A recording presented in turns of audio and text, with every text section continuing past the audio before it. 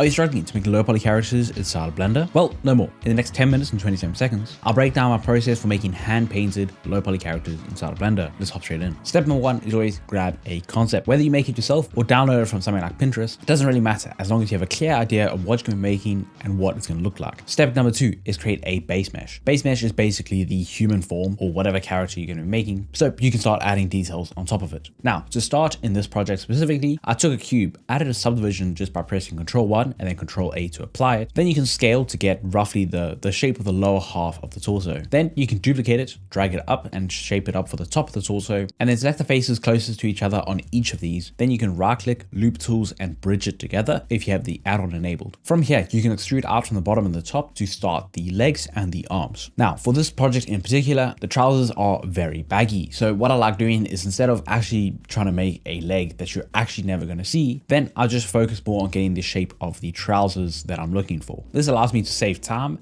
and focus on modeling stuff that's actually going to be seen in the final character. Now, I wanted to kind of progressively build up details. I didn't even finish the full base mesh before starting on the clothing, more just because the clothing was quite an essential part of this character. Now, for any individual pieces around the character, like he has these big pads on the side of his leg, these could just be started by taking a plane, adding two edge loops, and then just kind of start extruding and trying to roughly get the shape in your front view. Then you go to your side view and try to match it up from that view, and you can start getting pretty close to your shape. Having a really good concept art that can show different angles can be really useful for this. But bear in mind, if you do have a concept art that has the front view and the side view, stuff may not line up correctly, so you're gonna have to prioritize a specific one of them. It can also help when you're building up detail to also use the annotation tool to build it up inside of 2D to kind of get a general placement of how it's gonna look. On top of this, I also have the concept itself sitting on an image plane. You can add into the scene just by going Shift A, Image, and Reference. This allows you to get better proportions in terms of how tall your character is, which I found pretty useful throughout this project. And whenever I'm working on especially the base mesh, I use a lot of the grab brush inside of sculpt mode. The reason for this is one of the most important parts of having a good base mesh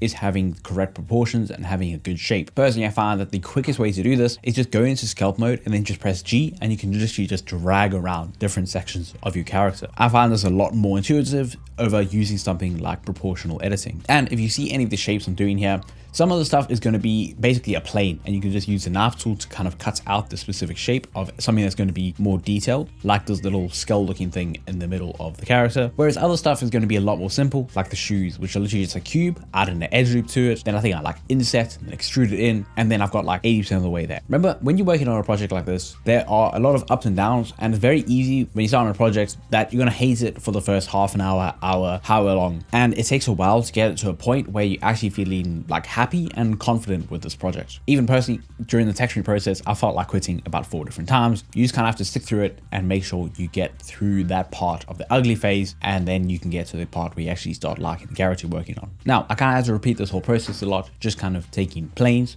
using the knife tool to kind of just block out the shape I'm looking for, pushing stuff in and out, extruding. It's really not rocket science. A lot of clothing or belts or anything like that could very easily just be made by taking part of your mesh, duplicating it, and then either use the knife tool to shape it up, or just if it's like a belt that's going horizontally, just select that bit of the mesh that you want.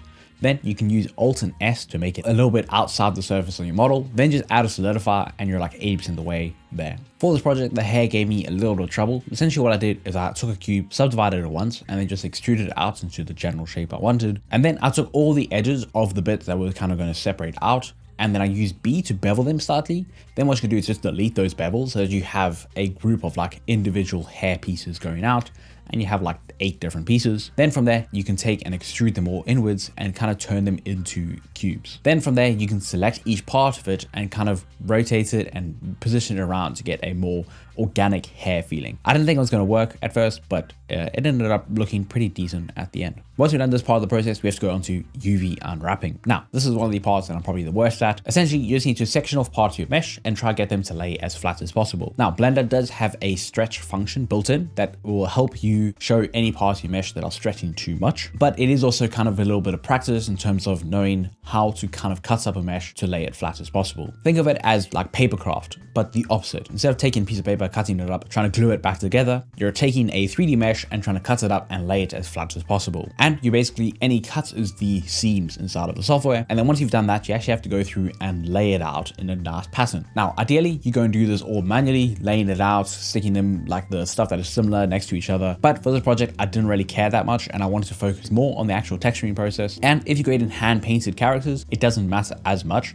The only problem is you're wasting a lot of the texture space in terms of how many pixels are actually being used by your character. So since I didn't really care that much about it, what I did is I just used the Blender's built-in pack method, and they just left a margin that's a very low amount so that I'm not wasting too much gap between each part of it. Okay, once I've done that, we can go on to the texture painting process. As in the intro, I am focusing on a hand painted look for this character. Now, to achieve this, I use a pretty similar process to what I'm doing when I'm doing my PS1 characters, which by the way, you can check out the Potter Academy, which has all my courses linked down below. But essentially what I start with is a paint bucket and then just blocking in the basic colors that I'm looking for. And on this project, I actually wanted to try out the UCU paint add-on and see if it was good and if it would fit with my workflow. So what I did is I did a layer where I basically just blocked in all the colors, remembering that you need to save each color to the color palette. The reason for this is so you can come back to it later, and it does help a lot in this whole process. Once I did that, I actually based a cavity map or ambient occlusion map, something like that, just to get a little bit of the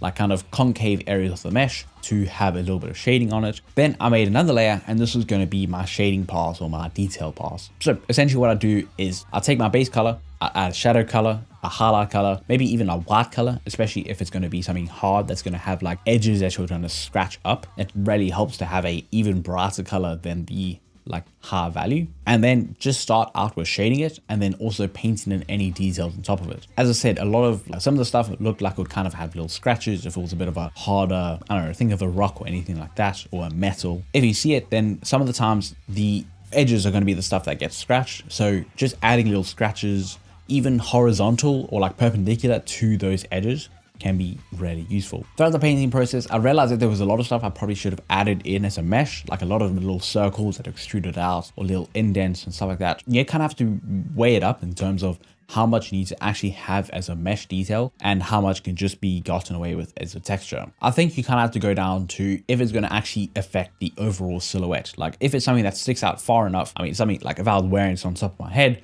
that would change the whole overall shape of my character if it was in a silhouette form. But if it's just a very slight like texture to make something raise up and down a little bit, it's not as important to the form and can just be done with painting. I also experimented with a couple more generated types from the UCU paint add-on, trying to figure out how many of these would actually help me along my process. I added a little bit of a baked light onto it. I also added just a little bit of a highlight to some of the edges. And then some of them you can just change the blend mode. If it's like a black and white image, you can use multiply or screen or overlay to kind of get it as like better laying on top of your colors that you're painting. And by the way, if you want to go more in depth about any steps of this, you can check the first link in the description to join the Potter Academy. Essentially a collection of all my courses, over 20 hours of content. Be the first link in the description. Back to the video. Personally, I didn't find the layers to be that useful, but that's just because most of my characters I literally just paint directly onto the mesh. So I never actually have gotten used to painting as a texture thing. And I think the layers process is better if you're doing like a kind of a node setup where you have a lot of different textures that you're overlaying and you can group and use as a mask for another thing. So I probably need to look more into the add-on, but for the whole hand painting process, I found that it's not as useful as I thought it would be, because I think a lot of the times you can also just run into accidentally painting over the same part or using the wrong layer, which can be really annoying. One thing to remember during this painting process is to have a lot of dynamic range in it, have some deep dark colors, have some bright colors.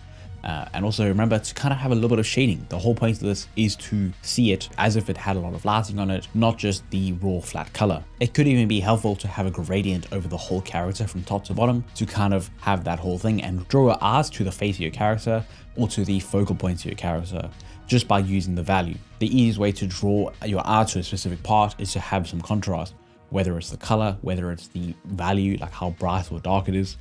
So make sure to focus on that when you're working on your characters. To finish off the character, I went and added a couple different compositing nodes, a few of them from the new Blender 5.2 nodes, like the film grain, the dithering. I've also been using the Chronos PBR look inside of the render settings. Instead of using something like AGX, which is the current default, It's just a different way of interpreting the colors, which is closer to the actual like pixel value that you're painting on top of it. It's more of a product design where if you have a specific RGB value for your label, you want to get it perfect, that it actually comes across a little bit better in your final render. And the last thing I did was make a rig. The easiest way to do this and the absolute fastest way I can do this is go enable the Rigify add-on. Instead of using the whole complicated process, just use the base meta rig that it uses, like the little template kind of thing, and just use that to rig your character. It gets you there, and it literally took me like less than 5 minutes just to be able to actually pose this character just for this video, to have a little bit of a nicer pose instead of just having a straight like T pose or A pose. Now, if you do want to be able to animate your characters really well for your games, you need to have a good rig as a foundation for it. And if you want to go in depth on how to make really good rigs for your games, then you can check this video up here. Cheers.